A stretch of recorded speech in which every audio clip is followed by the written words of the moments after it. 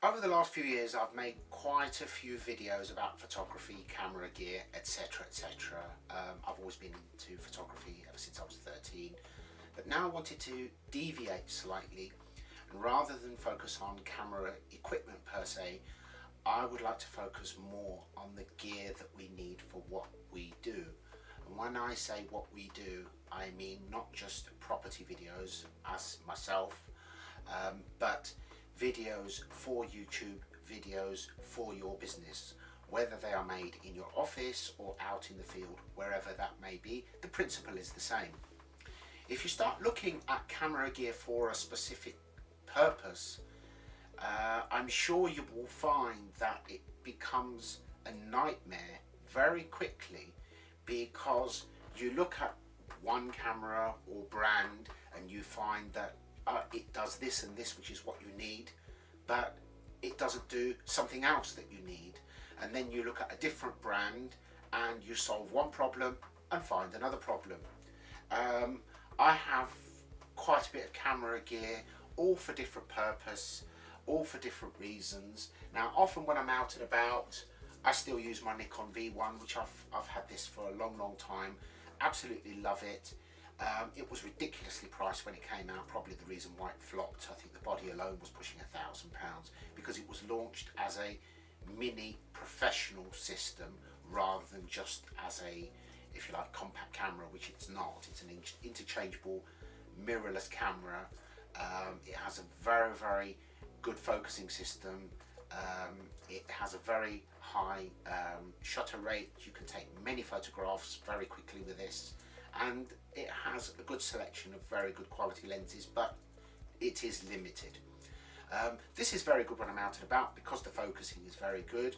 There are certain drawbacks. It doesn't have clean HDMI out, which is an issue if you want to use multi-camera into an external recorder, which probably won't apply to most people.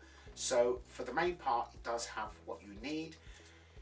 Taking a video in this situation though, there's one drawback, is that there's no way to actually connect, control, view this from your PC or your phone.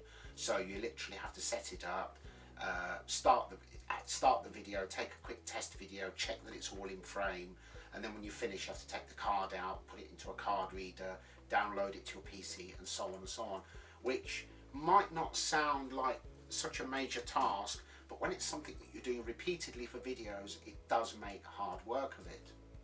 Then we've got the Fuji System. I've got the X-T10 and X-T1 currently.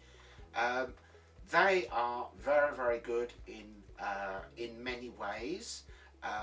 They have superior image quality, film effects, so that you can get out of camera video effects that are perfect and don't need anything doing to the color grading, etc. Once again, a couple of drawbacks with this. Number one, for whatever reason, in their wisdom, they have put a 2.5mm mic input in the camera, which means that every mic you buy, you need a different adapter, because the standard is 3.5mm. They do not have clean HDMI out. That only starts from the X-T2, X-T20. They don't have software to actually monitor and control the camera direct from the PC. They do have an app that you can download to your phone, and once you connect it, which is often a bit fiddly, you have live view, you can change the settings and you can start and stop recording. However, the problem with using the phone app, for whatever reason, is that it doesn't record in full HD, it only records in 720, and your minimum benchmark should be 1080. You don't need to upload 4K to YouTube or anywhere on social media. That's definitely overkill, but 1080 is a minimum. It is good and very helpful to have a 4K camera, because 4K video is literally 4 times the size of 1080. If you think about it, it's like having 1080 and another one next to it and 2 above them, meaning that if you video in 4K, then what you can do is you can actually crop in as though you've zoomed in to yourself, and when you output it to 1080p, the video, even though you've cropped in, is still 1080, which is perfect quality for YouTube, and obviously Facebook it's a maximum of 720 anyway.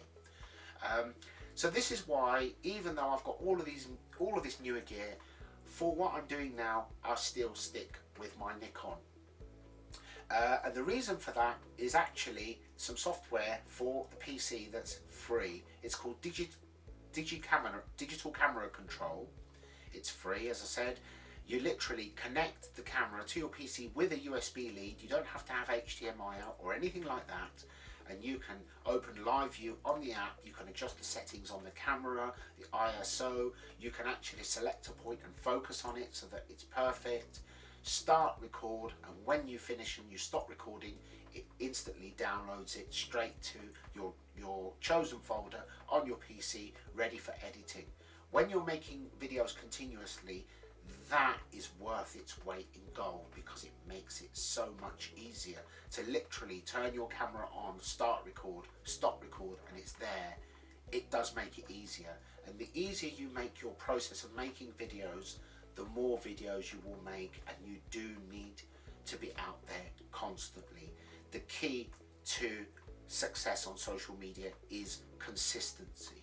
It's no good to just post lots and lots of things on one day and then leave it a week. It needs to be every day, and then you grow your brand in your own right. You grow your network, which is your personal business real estate, as well as the effect that it will have on your business.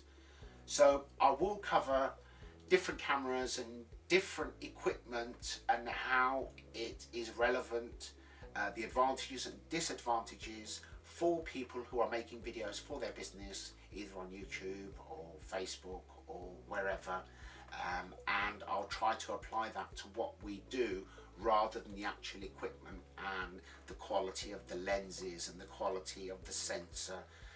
To be honest, none of that applies anymore. Just about every digital camera you buy now has amazing quality, and every single camera on the market now has better quality than any photographer had 20-30 years ago at any price. So that puts it in perspective. Don't worry about the gear, worry about what you need for your particular purpose. So I'll see you in the next video.